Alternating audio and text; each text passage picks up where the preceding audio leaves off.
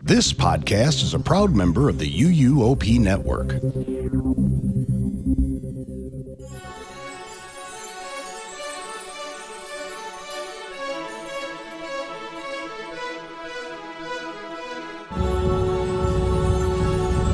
This is episode 681 of the unofficial Universal Orlando podcast for September 23rd, 2025.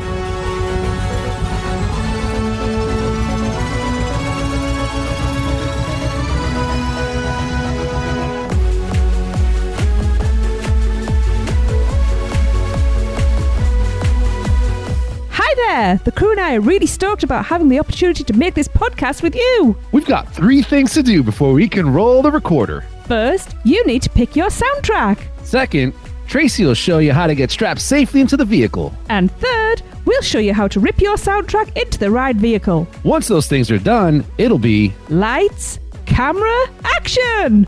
Assuming we can peel you out of the seat afterwards. There are 2 ways to get your soundtrack ripped into the ride vehicle. Ready to rock it?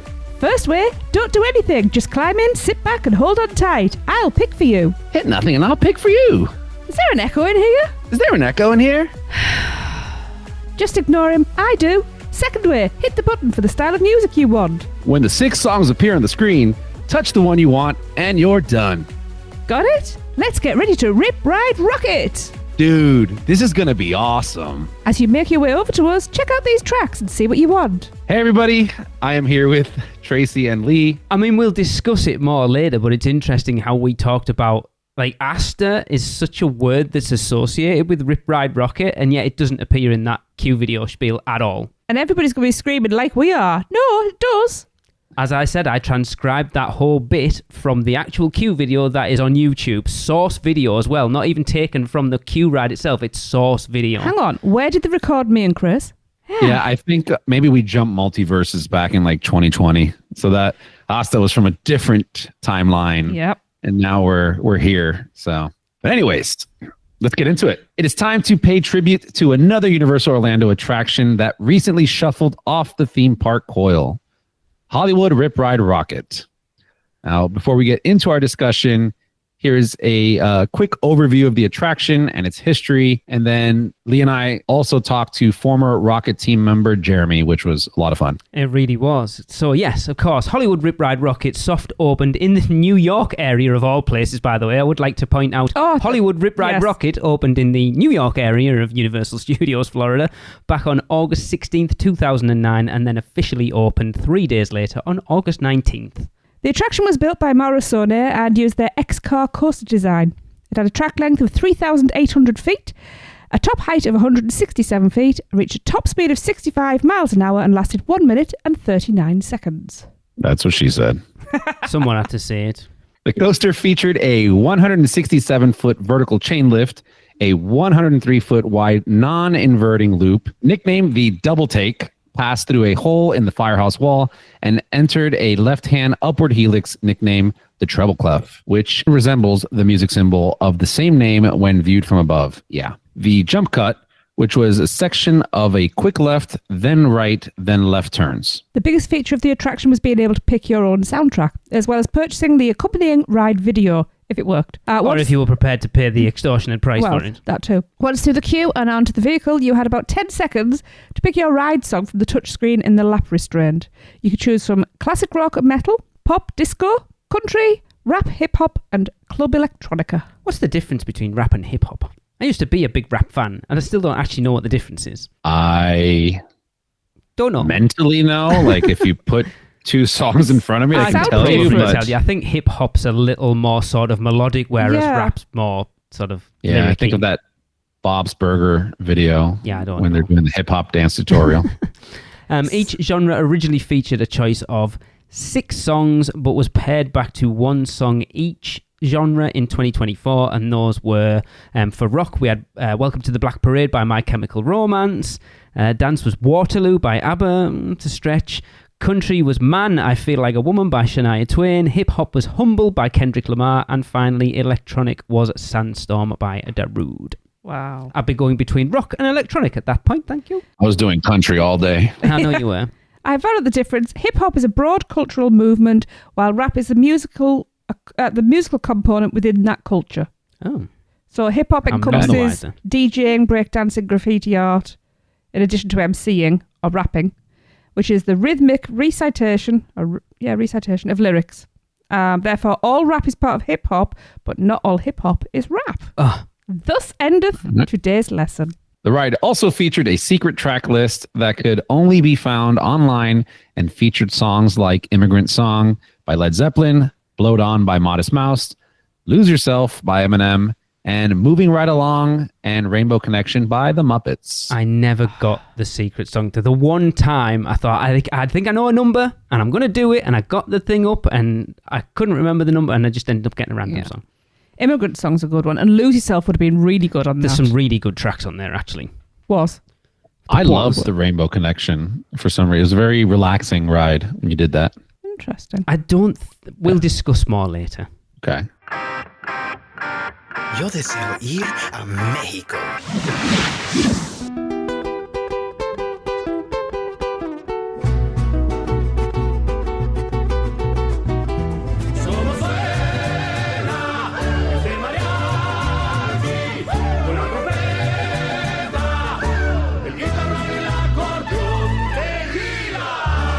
Where can our vacation wizards take you? Just tap the port key at portkeyvacations.com and let the magic begin.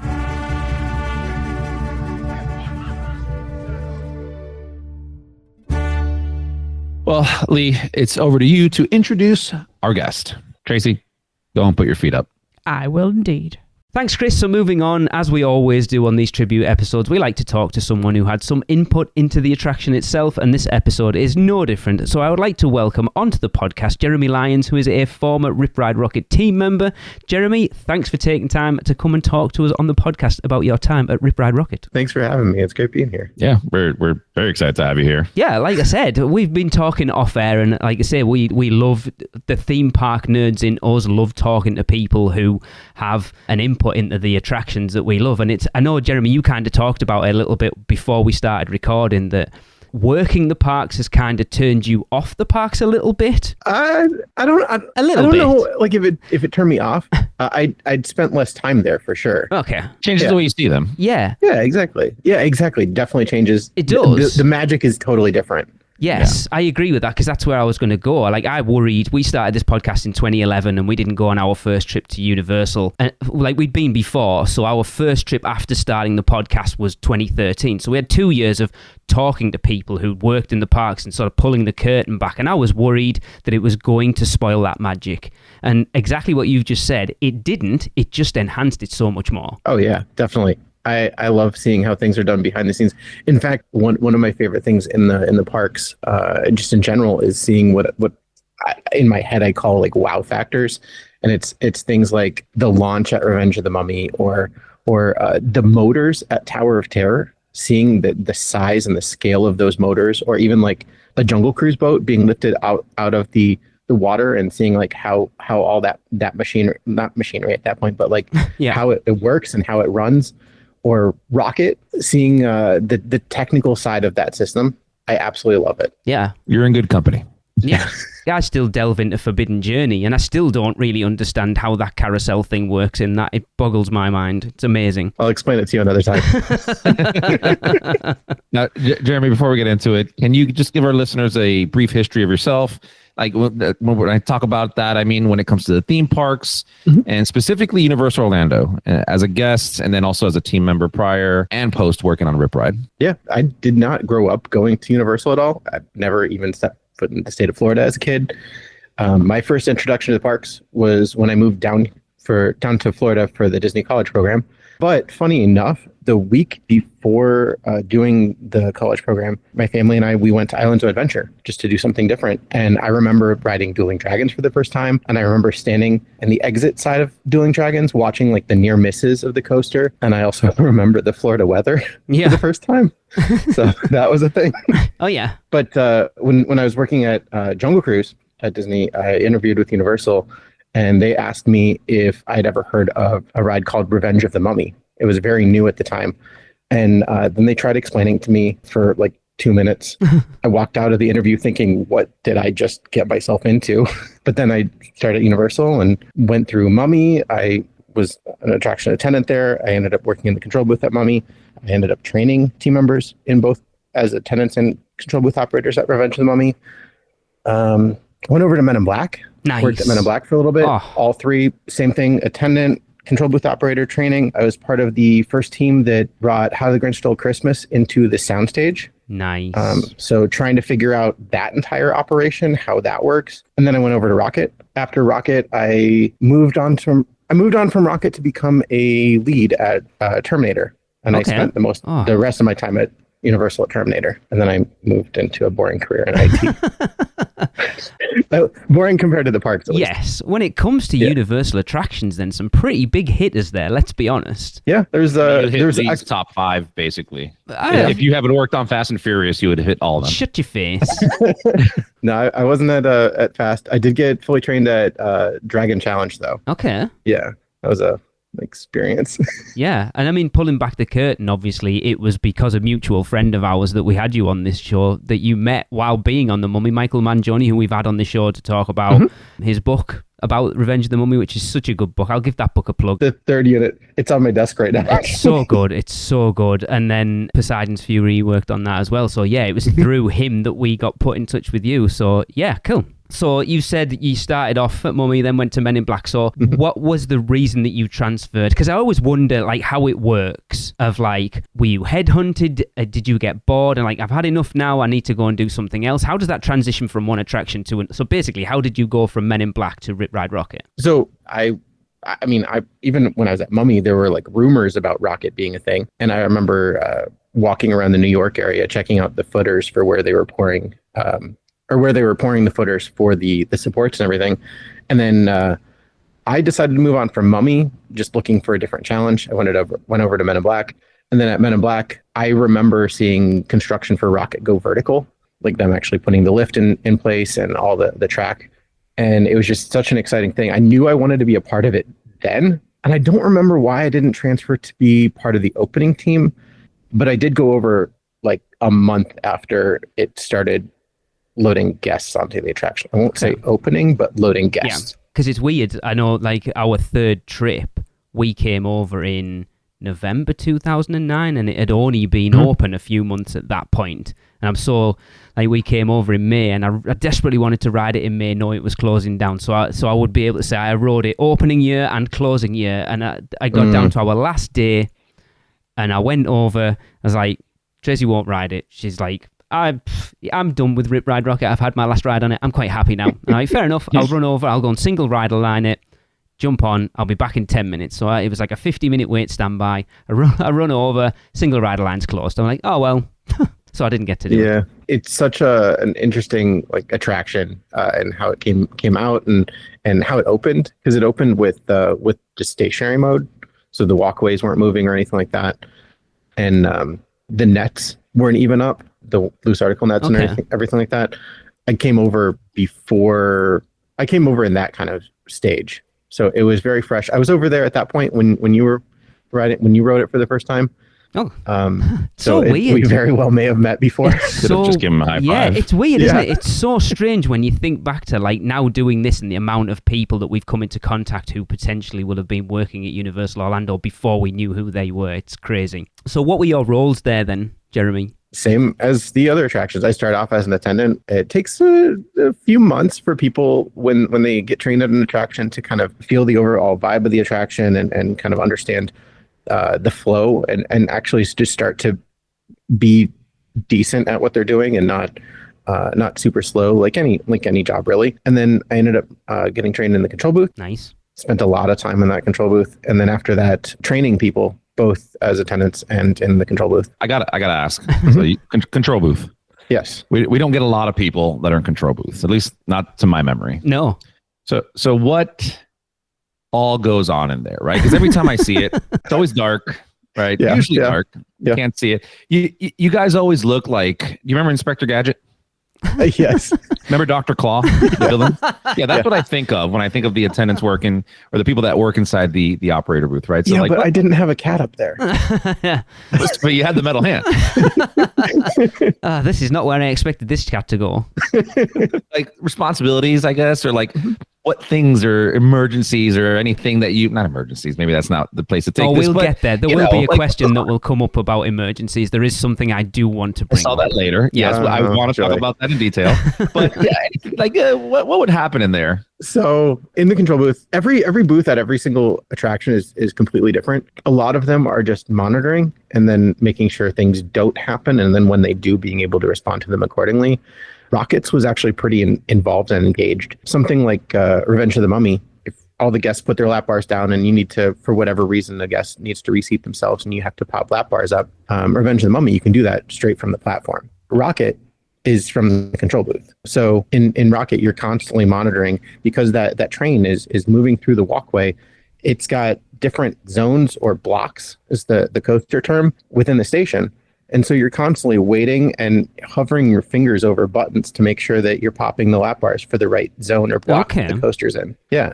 If you accidentally press the wrong button, it's the people that right now. So the people going up the lift hill, you're like, oops, sorry guys. Yeah, they're on the lift hill. Oops. No, it would never get to that point. The guys downstairs, the team members on the platform would have to enable the train for dispatch. But there's so many safety precautions involved in that attraction. So it would much rather just stop itself than continue running in an unsafe condition. Because going back to like working as an attendant, I assume you were loading people onto the vehicles themselves. Mm-hmm. See, that's got to be... I always find it, because it's the same at Forbidden Journey and a little bit of Hagrid's, it's got to be quite stressful because you've got to be on it. The throughput of that ride relies very heavily on those team members loading people in. It's like, get in. And I always feel sometimes, depending on what mood I'm in, I'm like, I think as a guest going to theme parks, you want that magical experience and you want team members to be magical all the time. But when you're on an attraction like Hagrid's specifically, or even Forbidden Journey when it used to be, like when it was the big ride in Hogsmeade, the team members are just trying to be efficient, and it's just two in there, and it's like, I'm not getting the Hogwarts experience that I want here, guys. But then you also realize that if they were trying to have that experience as well as doing that, then it slows the ride down. And let's be honest, something like Hagrid's, the throughput's horrendous as it is. So it's very much on you guys to get that throughput through. I mean, did you have targets that you had to hit, or was it just get people on? It's interesting. We didn't have specific targets that we were looking for, but at the end of the day, what we were really gunning for is to have a shorter line as possible. Because at the end of the day, the efficiency of the attraction and how efficient you can be and pushing guests through the attraction, it's also directly related to the courtesy that you're providing to the guest. Yeah. So if the guest is waiting in a 60-minute line, but you're providing the best service possible and you're being so polite and so taking time with people up on the platform and everything, that's great. But do you really want to wait in that 60-minute line? Exactly. Like there's got to be that balance of the line, and then also being super, I don't know, like pulling out my customer service type voice type of thing. Yeah. On the platform. It's difficult. Get the hell on the chair and shut up. Yeah, like exactly. You can't, there's no way that stuff would happen. A ride like that doesn't afford you that ability, right? Like, I mean, if you go back to, like, just in comparison, because it's the most recent on my mind, Ministry of Magic, when we wrote it, like, you're there for a bit. It's not moving. And even when you're sitting down, they're doing a bunch of stuff. And you have some of those team members kind of playing into it. Like, oh, you're going to be going to, this trial. And if you play back with them, you're like, oh, I hope she gets off. There's this banter that goes back and forth. But there's time that they have allotted to them to do that. Maybe not by choice. Maybe they're just filling in the gap, but they're doing a fantastic job at doing that. Whereas here, it's literally moving. You got to get on. You don't really have a lot of time for banter. Yeah, I mean, but it's a balance, like you said. The best thing was once we got guests onto the belt, that moving walkway, their attention had to be focused on getting onto the car. If their attention was not focused on getting on the car, because there's so many things moving and there's so many possibilities for them to get hurt, the best thing we can do is either get them on the car into a lap bar and secured, or get them off the belt. And that's kind of how it worked. Like once we get them off the belt, we can have all the time we want to handle whatever kind of situation or talk with them however we need to, and then actually provide that really good service that Universal is kind of known for. Yeah. But once they're on that belt, it becomes pretty much a safety thing at that point. Get on the car, get on the ride, or get off the belt. It's stressful as well, because it's one of those attractions that I know from my perspective of knowing how little time you get to choose your song, that you want to be on that platform, in that vehicle, lap bar down, quick enough that you've got time to then go and pick your track before it locks in and you don't even get a choice anymore. And it's stressful. It is probably the most stressful, it was the most stressful attraction to get into as a guest. Oh, yeah. Well, probably ever. Especially when you have your phone, you got to put your phone away. You got it in the locker. You have to remember the secret song that you want, and then all the anxiety of getting loaded on there. I'm like, I have no idea what I want. Yeah. I'm just gonna pick Daft Punk. There were times when I got on it as a team member, and I would get on it and I would go for whatever song I wanted, even if it was one of the normal songs, and I would realize I didn't have time to select it in time, and I would get stuck with Get Busy Child. It's strange, isn't it? It's strange that they would build an attraction with a secret song list that you've got to hold the thing for 5 seconds and then type the thing in, when you literally get probably just long enough to do that if you know what you're doing. Yeah. I remember when we first found all the secret songs, we were doing testing late one night, and it was really interesting just looking through all of them and hearing all the songs, and it was just such an experience. Like our minds were like blown wide open. That it Was that wasn't something just they trained you on? No. Or It told was you? It was something that it was actually before my time, so I'm not going to take credit for it. But it's about that time though. It was just kind of discovered. Weird. And I don't know if it was intentional or not. So I have no idea how that came to be. But yeah, there's so many good songs that were on that ride. Yeah. Like you work in IT, you said, right? And I do that, IT work as well. Yeah. And it's one of those things from a programming perspective. It almost looks like it wasn't intentional. It's like we have a bank of songs. Let's load that here. We'll program this on the front end. And if we need to do some changes later, here's how to get to the secret access menu. But then it just became I guess guests can do this as well. I think that's kind of how it became, but I don't honestly remember. But then why would you build that into the actual selection screen of like holding it for 5 seconds? Because surely if that was the case, it would be on the back end, not the front end. Yeah, I have no idea. Yeah, it's so weird. Like, we know theme park people, creative and Imagineers and stuff, like to put random crap in just because they can. And I guess that's where I figured this like was. Easter eggs. That's what they were doing. But the only difference here is they put like 100 songs. What was it? I used to carry a paper with me. Like, that's how long ago I was doing this. A paper with all the stuff printed out. It was a lot of songs. At one point, I don't know if it's still active, but there's an entire app that had like walkthroughs of how to get to the secret songs and all the numbers of them and everything. Yeah, that's cool. Wow. It is cool. It's weird, isn't it, that it's one of those, like they've talked about it with Toy Story Mania, that they would have a screen-based ride that they would switch out every now and again, and they never have. Yeah. And you would think this would be the same, but they did a couple of times, didn't they? No, was it One Direction when One Direction, oh God, came over and they switched out some One Direction songs. Not my boy. Yeah, they did it for Rock the Universe as well. Yeah, I've always wanted them to do it for Horror Nights. I've always wanted them to do like a Horror Nights soundtrack. I think they did once. Like, it would be so cool. Like, just to have random stuff like the Monster Mash or whatever it might be, it would be super awesome. Yeah, that would have been cool. It would be so cool. Or it would have been cool to having like one of the icons like take over. Yeah. Like Jack just talking in the background. He goes, "Now it's my decision." Blah blah blah, and then ride with whatever he wants. I seem to recall there being, and maybe this is my memory of an attraction that I worked at a long time ago, miscommunication in my head. Yeah. But I seem to remember there being a Chucky. Yes. Track. Yes. So I'm going to plug for one of our sister podcasts, Big Dumb Stuff. They talked about Sid Vinyl on their episode, and they talked about there being a Chucky song, because I remember there was also, it wasn't that long ago, when it was one of the guys out of Blink-182's birthday and he was going to Universal, and they added a couple of Blink-182 songs, but it was on the secret list and the number was 182 for one of them, which I thought was super cool. Oh, nice. Awesome. Yeah, I love stuff like that. Yeah. By the way, speaking of the belt, on a day that you worked the belt, how many did you ever count your steps? You ever have like a watch on or constantly? What's like an average like mile length or mile count that you did? Let's equate it to what people know, more or less than a Halloween Horror Night night. Yeah. So of course everybody's going to be a little different, but including the walk from my car and back to my car. And then also, a lot of the times we would go get lunch in City Walk. Yeah. It was just the closest. So go out to City Walk, grab some food, come back. Including all of those steps, it ended up being about 15,000 steps. That's not bad. No, it's really not. It's Not weird bad, as no. well to think that you did probably 10,000 of them on the spot. Yeah. It's also like we weren't always on the belt. And when we were, it's usually walking really, really, really slow. Like a Yes. treadmill at the lowest speed possible. And you're riding it half the time too. Yes. Did you get to ride it much when you were working it? Did they let you ride the ride at all?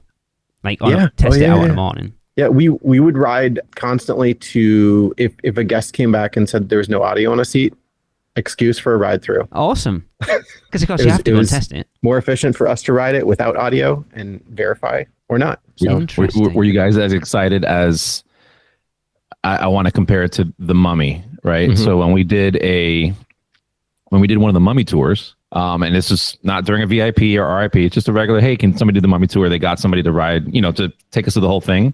Mhm. And like, oh, you want to ride? I'm like, yeah. And then they would ride with us. You would think this guy has never ridden the Mummy because he was just screaming and laughing and having more fun than we did, which I thought made our fun even better. Of course.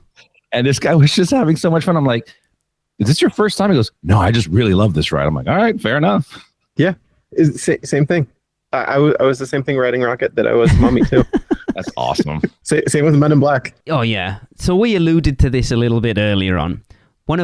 So obviously Tracy's not here because she's not very well, but she's on the rest of the episode. But Michelle, our other co-host, is not here. There's a reason why Michelle is not here. She has never ridden Rip Ride Rocket. There are two very specific reasons why Michelle has never ridden Rip Ride Rocket.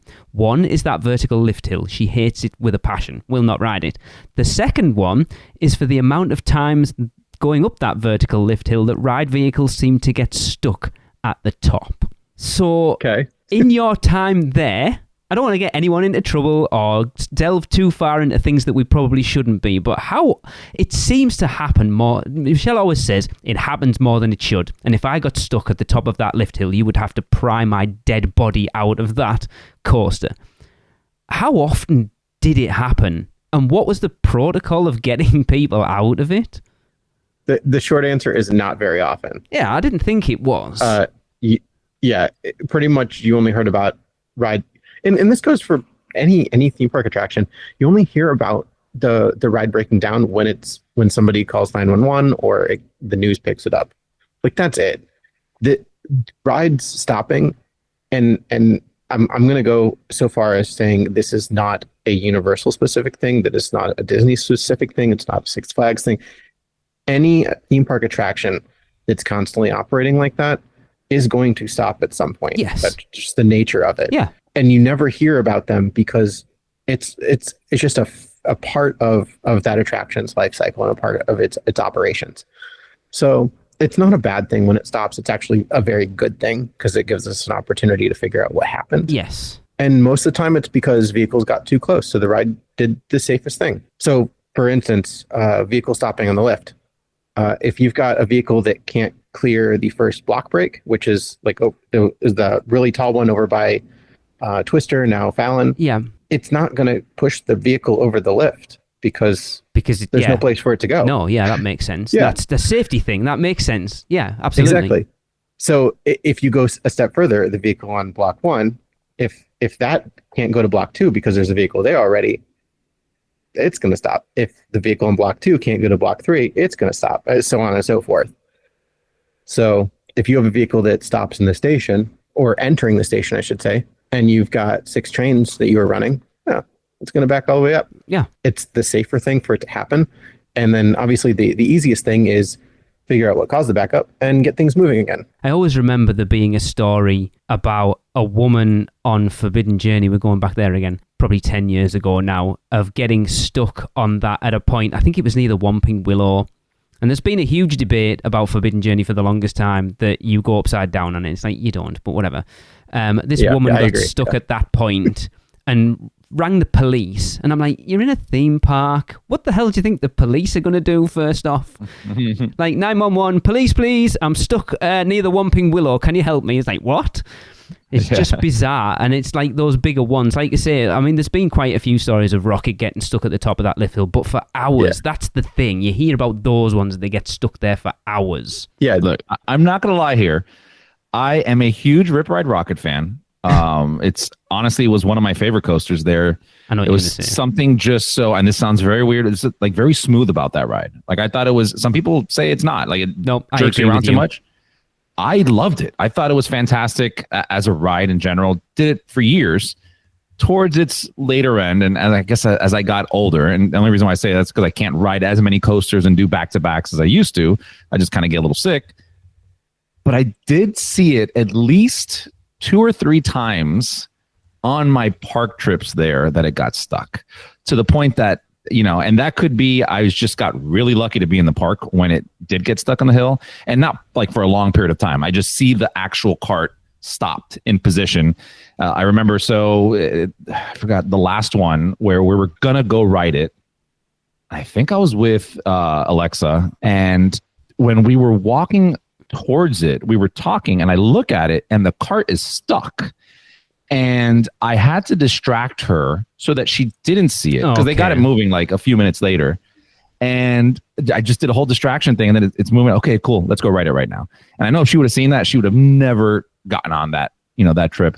But I just feel like that ride in particular did get stuck more than I'd like it to. So, okay. Going back to what I was saying about why a train would stop on the lift. And I want to make sure that we're like saying stopped and not stuck, because it's not stuck. It's doing what it's supposed to. And that's the thing. Most people report it as, it got stuck at the lift hill again. Yeah. It's like not moving is any attraction's default state most of the time. There's a few I can think of that are others, but an attraction like Rockit, like not moving is its default state. You have to do something in order for it to move. You have to tell it to move. Okay. Mm-hmm. And so if you have a train that's coming into the station that a guest gets off and does something, or they won't get off the train, or their lap bar, I don't know.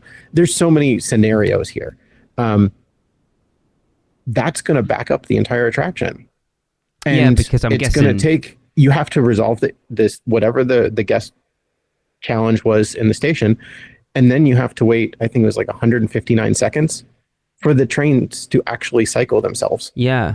Because it's going to take that. And it's also going to take more, because now your trains aren't in continuous motion. So you have to wait for the train in front of it to accelerate at that really slow speed, or the really slow angle that the block is.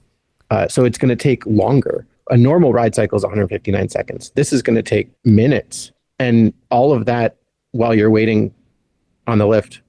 Like, it just feels like a long time. Yeah, it does. It's that thing of like, it doesn't necessarily, I think people see that ride vehicle stuck in speech marks on the lift and think it's that, but it's like you say, it could be a vehicle that's just gone through and coming back into the station. Someone's freaking out, someone's having an issue on the ride, the lap bar's not coming up. At that point, it affects every other car on the track, and people don't see that. I can remember, I don't remember why, but there were two of us in the control booth, and we had a situation where a vehicle stopped in the lift, and it was right on the other side of the control booth where there's a walkway. And one of us, I don't remember if it was me or if it was the other person, to be honest. This is a long time ago. But we literally just went out and talked to those guests. It wasn't me, it was the other person. They went out and talked to the guests and told them what was going on. And then it would take a few minutes for them to get moving again. But they were like right there. And why not have that conversation? Let them know what's going on. Yeah. I mean, that would make me feel better. Yeah.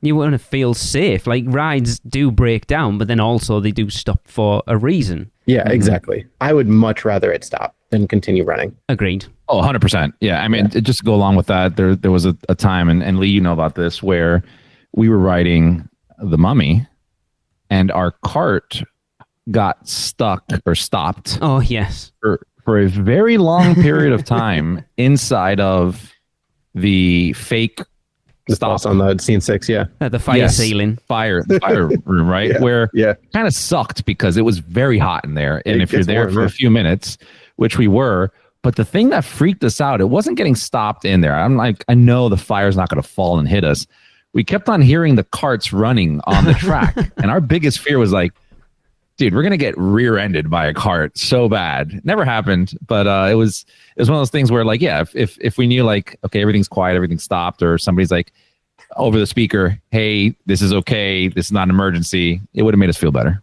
Yeah. That attraction's interesting because the second half of that scene where your vehicle parks is a totally separate zone. There's a block behind you as well.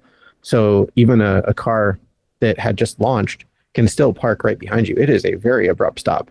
Oh. But yeah, it's a normal thing at that attraction. Okay. Cool. All right. To round things off, do you have any funny or interesting, I'm sure you have plenty, but could you tell us any funny or interesting stories about your time on that ride, while working on Rip Ride?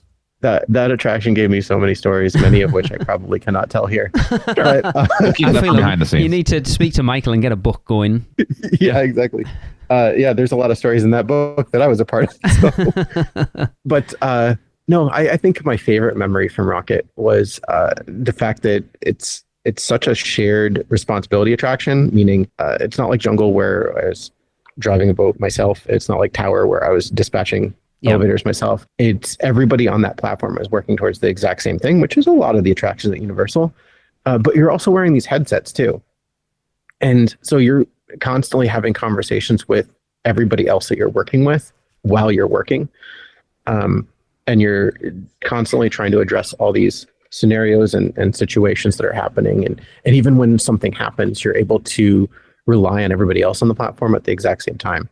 So somebody else that is controls trained but happened to be on the belt at the time may have a different experience with whatever just happened. So you can rely on each other. But then you can also goof off at the same time. So like when the Winter Olympics were happening, I remember there was quite a few times where we were watching curling in the break room. And we would quite literally, well, not literally, we would figuratively sweep the trains off into the attraction. That's cool. As if they were rocks. Little things like that made the day go by. But I also remember lugging the battery boxes to block 1, the tall one. Whenever we had to get guests off of a vehicle, we had to plug in a cable to the back of a box or back of the seat on the train in order to release the restraint. And those boxes were really, really, really heavy. Oh, no. It was like carrying a car battery up 120 some feet in the air. I've got another quick question for you. Did you ever put anyone famous through the ride when you worked it? Probably. Those NDAs are still there. No. One Direction Lee, he did put them through. Okay. Oh, fair enough. I think that was a bit after his time, to be fair. Whenever I'm working, I tend to zone out and I hyper focus on the operation of the attraction. And it also depends on where you're at. Like when I'm in controls, I'm focused on the platform and making sure that nobody's getting hurt. Everything's checked and balanced. When I'm grouping, I don't have time to do anything but tell people numbers and rows. That's fair. So it really depends on where I'm at. Yeah. Cool. So probably. Yeah. That was too busy. Celebrities. Yeah, exactly. Yeah. Cool. Jeremy, it's been awesome to talk to. Really appreciate you coming on and sort of paying tribute to another Universal Studios Florida attraction that has said its goodbye and floated off to the great attraction place in the sky. Just any last words about Rip Ride Rockit before you leave us? Asta, how many times did you say Asta when you worked it? Way too many. They have to get like paid compensation from all the PTSD from hearing Asta. I'm sure. Hearing that entire video on that stairwell. Thanks for having me. Thank you. Fun reminiscing about this. Thank you for that, Jeremy. But unfortunately, it was announced by Universal on December 27th, 2024, that the ride would close in early September 2025. It was subsequently confirmed on June 5th of 2025 that the last day of the ride's operation would be August 17th, 2025. That was the day after its opening anniversary then, so it did a full... yeah, that's pretty cool, actually. Yeah. That's actually really cool. I never noticed that. Yeah. UUOP is brought to you by the Producers Club. Join today and get bonus episodes, the chance to be a guest host, birthday shoutouts on air, be part of our awesome Facebook community, and more. Head over to uuop.supercast.com to subscribe. Shameless plug. Yeah, I think I've been thinking about this a lot, actually. I think this is the first attraction that has opened and closed during our time going. Mm-hmm. How do you feel? I'm gutted I never got to ride it in May. I mean, I said it when we were talking to Jeremy that my plan, every time we were somewhere near it, I was feeling a little bit ropey, and it's like, I don't want to risk it. And then the last day I was like, right, Tracy was in the Today Cafe, you're happy, you've got your coffee, I'm going to go and single rider it. I think you were with Dawn and I was. Guy at the time as well. I'm going to go and single ride line it, and they'd shut the single ride line, so I was like, so as I said when we talked to Jeremy, that I would have ridden it the year it opened and the year it closed, so I'm kind of disappointed, but it's not something we rode an awful lot anyway, and I think I have a reason why, because of where the entrance is. Because you don't walk past the entrance. No. It's not in... You have to make an effort to go into it. It's there.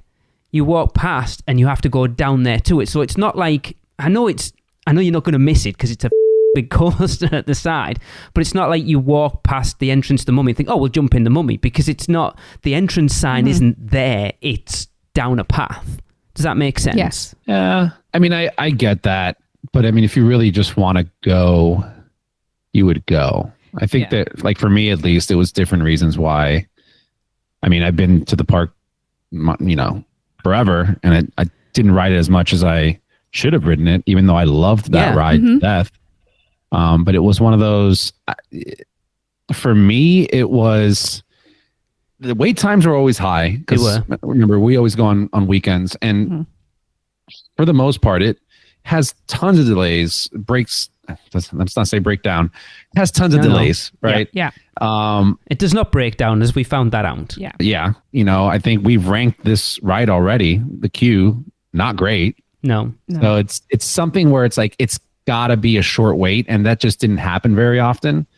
In order, for me to want to go, hey, let's go ride it. But it's unfortunate because it was one of my favorite rides. There. It was very smooth. I loved it. I think even when we did our, what was I was first on the podcast, the this or that, what was it called? Rapid Fire. There we go. And I think I may have listed this ride over another one, maybe over the Hulk or something like that at the time. But yeah, and I'm a little bummed too that I didn't ride it at all this year. I don't think before it closed. I was just my brain doesn't let me get past the fact that I could possibly get stuck on that lift hill, which I know we know is not true. Yeah, but it can. It's not stuck. You just I've seen it. Yeah, you just held that. Yeah, like the last few times, and we didn't discuss this because we just didn't have a lot of time with Jeremy. One of the things I hated towards the end was, on the lift hill, end of the lift hill, is right before you get over that peak. It slows down. Yes. And every single time it slowed down, I go, this is it. This is the one. I'm going to get stuck. Never did. No. The thing is, once you crest that, it was a hell of a ride. I love so good. I love the vertical lift hill, to be fair. Like I'm just soaking in the view of that park that you don't get from anywhere else around that resort. You don't get to see. How can you look around? There is absolutely no way. Because that's all I'm interested in. It's like the lift hill takes forever to get up, and I'm going to use the advantage of being able to see a bird's eye view of Universal Studios Florida that you only get to see in pictures. So the lift hill is a means to getting you to the top, but I'm looking around. It does get a lot of hate for a long time. I mean, I'll be the first one to say I hated the view of the skyline with it in. From back by Men in Black, stood looking down the lagoon. It was an eyesore. It really was. But you're going to look back now, and it's going to be weird. It's not there. I mean, it's funny. As of recording this right now, I've just seen pictures earlier today that double platform above is it the Macy's building, that big blue one? No, the one that's in front of Fallon, like the Fallon building. Is it Macy's? Yeah. Above that, those two red drop. They're both gone, and it's like once that loop comes down and that lift hill. Isn't the loop down? No, the loop's still up, I think. Okay. It's going to be weird. It is going to be weird because it's been such a part of that Universal Studios Florida skyline for most of our trips that not seeing it there is going to be really odd. It was very weird during Horror Nights because you are walking literally under it. Oh, yeah. To get to those four houses in the back. And it looks like a little kid playing Roller Coaster Tycoon because the track just ends and you just fall to your death if you were riding it. I feel But called it was out. I'm also currently playing it was that. sad. It's sad because that's been there forever. Yeah. And you know, it's sad to see it go. I'm excited for what's to come. So Yeah. you know, there's that. But at the same time, like it was a fun ride. It was a really strange addition in the first place. Like a music themed ride in a movie themed park. It was always odd. Maybe if it had been movie theme tunes. I mean, that would have been super cool. It's all about licensing, isn't it? It was just a strange addition, wasn't it? I think it was that time because it was before Comcast bought the parks out. I think it was GE. It was either Blackstone or GE at the time, where if you look back through Universal's history, it was a really dark time for the park itself because they were going through that massive transition of like not really putting a lot of money into it. It's weird that it looks like when we first started going is classed as like the dark time for Universal, and we fell in love with it straight away. So it's like for us now, it's like that was the worst time. Then hell yeah, we're all in. Yeah. And it was a case of they just wanted to put something in there to kind of boost attendance, I guess. And it's it's such a big draw. It's just a shame it wasn't what it was supposed, or at least what we have heard that it was supposed to be, of like that thing of going out into City Walk, which looks like from the land that they're clearing now, we're actually going to get that with whatever's coming. Yeah. Because if you look, there's that, so where the walkway that goes from studios in front of the Hard Rock Cafe and the Hard Rock Live over to Islands, there's a tiny little bit of land if you're walking to Islands on the left hand side between the pathway and the lagoon that's all being cleared as well. It's a heck of an area. I've said it's almost the size of a small land. It's but huge. It could be I'm just talking about that little bit, so it's probably going to come out over that path like Velocicoaster does over the Jurassic Park area. I heard rumors they're connecting it to invaders from Planet Putt, so don't quote me on that. Just the what I final heard. putt's a real doozy. Yeah, but it's again, it's a ride I liked, but we didn't ride it very often. In fact, I'll be lucky if I've ridden it a dozen times in its lifespan. Yeah. Do you think if it had a much cooler theming, it would have been a let me ride this more, same exact ride, but let's say Ghostbusters themed? I think if the queue line had been a little more, well, The queue any line's more irrelevant. themed. No, but I wouldn't have minded standing in that line if I was entertained. It was never short, was it? I would agree. It was never a short and it was line. dark and dingy. It felt like you were stood in some seedy car park. I remember riding it in 2022 with Connor. Right, yes, yeah. So we had our good buddy Connor with us, and we were like, oh, we're going to go and ride Rocket. And off we pop, and it was like a 20-minute wait, and it broke down for like 25 minutes while we were in line for it. But yeah, it's weird how you say, because you were saying, Chris, it's always got a long wait, and it made me think, well, yeah, it suffers from that front of the park thing. And then I think about poor Minion Blast sat there on 10 minutes all the time, and I think, oh, that really makes that ride look really bad, doesn't it? Yeah. Given the choice, it would be Minion Blast every time anyway. Yeah, but see, for me, and it's not like I've kind of not got over my motion sickness now, but I can ride stuff more now than I ever used to be able to. It's so weird. Do you think maybe that you're dead, but Maybe. you haven't realised it, and that's why you don't get these reactions anymore? It's more That's very true. Huh? because The timeline where it says Hasta too. well, we'll discuss that in a second. It's more that I don't want to say I suffer from a ton of headaches, but I'll quite often wake up with like a stiff neck and like my head's just a little on the edge, and I know if I ride something like that, it's probably going to knock me out for the rest of the day, so I don't risk it. It's probably the main reason I don't ride it. So it's because of me, not because of the ride itself. Sure. I think the best ride we ever had on it was our first RIP tour when we rode it at night. Yeah. At least I can say I've ridden it at night, and it was pretty cool. I think I rode it with Andy. I don't think I've ever ridden at night. That's Really? weird. I think I was with Lon. Yeah, I was with Andy. It was pretty cool. Yeah, that's strange. It's weird, isn't it? Yeah. Because that's the one that you potentially can ride quite easily at night because it's open during horror nights. Okay, but at the same, I never would ride that during horror nights, and outside of horror nights, I think I never rode that at night because of its location, right? If I'm deep in the theme parks, I'm not walking back to the entrance. Yeah. That's my mentality. And that's probably why We rode it at nighttime. Yeah, it's going to be interesting to see what comes next, and it is very much a love or hate attraction. And I think once we knew the writing was on the wall for it when they pulled all the music tracks off it. Yeah. It's like, okay, this isn't going to be around much longer. It's been a long time since I've ridden it. When was the last time you rode it? Not in the last, at least twice. Like not in at least the last 2 trips. I don't remember. Didn't ride it. Was Connor the last time in 2022 Maybe. with the kids? The last time you rode it? No. You didn't ride it the last time I rode it because I went and did single rider when you were, surprisingly enough, in the Today Cafe again. Me? Never. Maybe. It may well be 2022. Was September 22 was the last time you rode it. When was Mardi Gras? 2020. I rode it then. I don't remember riding it then. It was chilly. It was when the cold front was coming in. I mean, it was cold when we rode it the first time. And we did single rider, and it took like 45 minutes to get on it in single rider. My biggest disappointment with Rip Ride Rocket right now is that we never got Michelle on it. Yep. We tried. Well, I never suspected that to happen. Or No, I didn't. I mean, think she that said happened. she nearly did when she went down earlier this year. She said she was very tempted to do it, but it just, I don't know. It's like even with Stormforce, like I've done Stormforce, even with things that I know I'm probably not going to be all right with. I would always feel like I can't say I don't like it because she used to say I don't like it. And it's like you can't say you don't like it because you've never ridden it.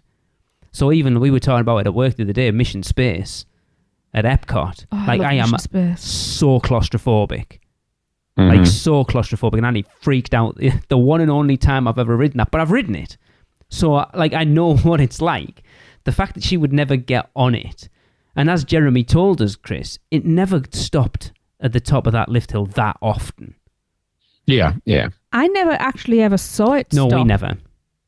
I have, but again, like it's just because I saw it stop at least once. Mm-hmm. My brain's like, oh, this has to happen all the time. Then Yeah. But it doesn't. it doesn't. That's And if just it does, it's my brain. it's for a reason. You do need to start speaking about it in the past tense. It's weird, isn't it? Like we're going to go back. So you, Chris, like you've been through that trend. You've seen it up, you've seen it half done, and then when you go back, it's probably going to be all gone. We're going to go, it's there, it's not there. It's going to be weird. It's going to be weird that first time we walk into studios and it's not there. Yeah. The whole area, like even it made me sad also seeing that little side entrance that you would walk down to go to Blue Man Group. Yeah. And then, the little side quote secret entrance. That was such a pleasant walk to get into the parks. It was quiet. Mm-hmm. You're walking right next to a roller coaster at eye level. It was just kind of a cool way to get into the park from there. That's all gone. Yeah. Like it's just all flatland right now. We'll see what they do. Maybe they build out a coaster to there. But yeah, it is very weird to see that not there anymore. It's like if they took away the lighthouse. I guess it'll be strange as well during Horror Nights because like one of your Horror Nights things is seeing it going round the track all night long when you stood in the queues at the front of the park and stuff. It's like you get the screaming of people is such a part of Horror Nights, I think. Yeah. It's one of those things that when I watch Lagoon shows, I know it's stupid. It used to really piss me off that I could see that going. Really? Yeah. See, I kind of like that. That didn't add to it for me. It detracted for me. See, for me, I like that. But that might be the ADHD. Yeah, you're not gonna get that. It's like when you got like drones and stuff like that, maybe they should have turned the light package off just for that. Because you're watching other lights in the sky and then you got this twinkling thing going through.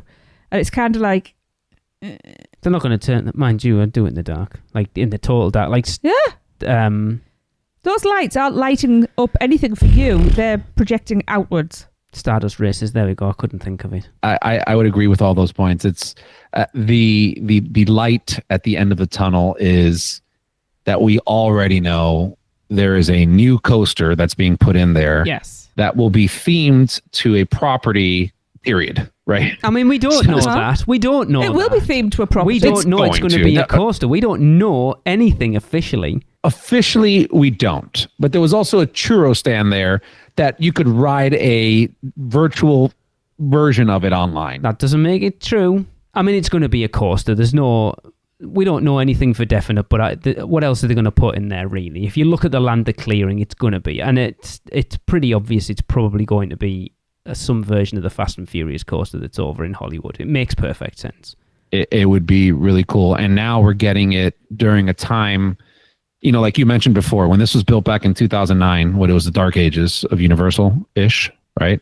Yeah. They didn't care about putting money into things and longevity. Like you can tell this was like here's a generic thing, A quick put that fix. there. Yeah. Yeah. As opposed to what Universal and Disney, right? Your premier, you know, theme park tours, when they put something out now, it is highly themed, whether it's a merch booth, whether it is a food stand, the food, whatever it is. So with that in mind and where we are with theme parks right now, I think we'll be in for a treat as to what they will give us as opposed to what was there prior. Yes. I mean, you only have to look at something like Velocicoaster, like an incredible roller coaster with fantastic theme, like Universal Orlando theming. I think if you look at Stardust Races, for an example, I don't think you get Stardust Races without Rip Ride Rockit. Because I very much feel that whole from what we've heard, the original plan for Rip Ride Rockit was, that's pretty much what Stardust Races has become. A coaster that is in a hub rather than a park, even though it is. I know it's not the same. Yeah. I know it's not quite the same. But I think like having something where the main parts of the park, so the 4 portals, can be closed off and you've still got that ride in the sort of entertainment hub is very much, I feel, going on what they didn't do originally with Rip Ride Rockit, and that's why you've got Stardust Races. To be fair, it's Rip Ride Rockit and Dueling Dragons. Yeah, they've mixed it. That's a good observation. So you're missing Dueling Dragons. We're going to give you this, but you've heard what Rip Ride Rockit was going to be. We'll give you a bit of that as well. So you said something earlier about not riding it because of the entrance being took back. It's not that I don't ride it. It's just it's not in your don't forefront anymore. because but because it's took back. And I've just realised that, the reason it's set back is it was supposed to have its own separate entrance. Yep. So if you think about where the secret entrance is, that would have been open. Everything else is fenced off just to go straight into that. I bet that was the original but that was plan. only supposed to be on at night. Yes, it that's was what I'm still talking about. during the yes, park. I'm talking about for the access from City Walk. So that'll be why that is so far I wonder back. how much they'd have charged. $1 billion. Like, so as a City Walk guest on a night, how much would you be prepared to pay to ride Rip Ride Rockit once on a night when the park's closed? I would guess it would be $12 to $15. I suppose if the argument is how much is a lightning lane at Disney, and it's like $25 to ride something like Rise of the Resistance. So yeah, 15's probably about. I mean, you also could have attracted a different crowd, right? Like somebody who wasn't going Universal and was doing a Disney trip and, hey, let's go check out City Walk and let's go ride a ride. Yeah.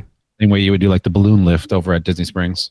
This is what worries me about Epic Universe moving forward, that we're potentially going to get this celestial park open on a night for just anyone to come in, and that worries me a lot. But I'm sad to see it go, but also not.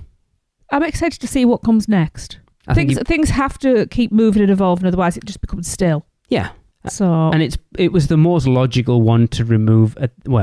There's a lot of people screaming Fast and Furious Supercharged at this point. Yes, I mean, sure that's going to go at some point, but if you're removing that footprint is nowhere near the same size as what they're currently clearing out. I don't know, it's massive. You've got to think that Fast and Furious Supercharged takes over the original Earthquake and the Beetlejuice Theatre and all of that. It's huge.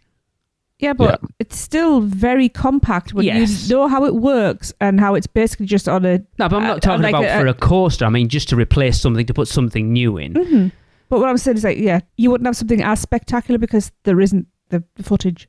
Doing pure speculation, front of the park, Fast and Furious Supercharged coaster means they get rid of Fast and Furious Supercharged and we get something else there. That's pure speculation on my point, but would make a lot of sense. And I wouldn't be against it. No, that ride looks amazing, and I want that ride. Oh, so good. Yeah. So and I mean, it would fit the California aesthetic from Hollywood Rip Ride to Fast and Furious, which was, started off, I forgot where, but in Cali. All right. Yeah. I think RIP. Pour one out for the homies. Look at that. There hasn't been too many, actually, considering we do a tribute show every time a ride closes. We haven't done that many. So at this point, we're Jaws, Earthquake or Disaster, Twister, Poseidon's Fury, Kid Zone as a whole. It was a whole. Is that it?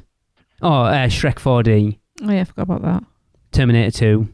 I forgot about that. I think that's it. So 7 in 14 years of doing this. It's not a lot, It's not bad, actually, is it? So this is what the 8. We can do a top 5 tribute Former shows now. attractions. That could be Yeah. interesting, actually. Our top 5 former rides that have closed since we started. I'll just rank them all. Yeah. That's the easy way to do it. I wonder what's coming last. I don't know.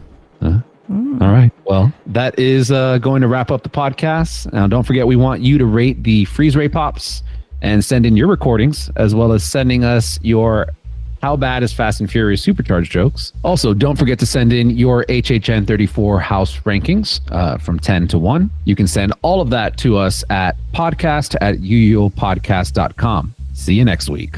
Hasta! That's the end of another Stella episode of UUOP. Use the Flu Network to give you access to us on Facebook, Instagram, X, YouTube, TikTok, and Pinterest. Just search UUO Podcast. And check out our blog at uuopodcast.com for everything else. Send your owls to us at podcast@uuopodcast.com. And if you want to join the Producers Club, jump down the warp pipe at uuop.supercast.com. It's alive on Apple Podcasts, Spotify, and everywhere else that podcasts are found. So please subscribe, rate, and review wherever you can. Dragons aren't the only way to get around. Email Michelle at portkeyvacations.com. She can take care of all aspects of your next Universal Orlando vacation. Listen to them, Children of the Night, the children of the UUOP network. Rush of Fear, Halloween Horror Nights podcast, the theme park duo for all your West Coast news and info, the Taste of Universal, Universal Orlando food podcast, and the Portkey Passport, an adult-centric Disney podcast. Make sure to subscribe and come back next week because in the end, it turns out all we needed was a little more of this.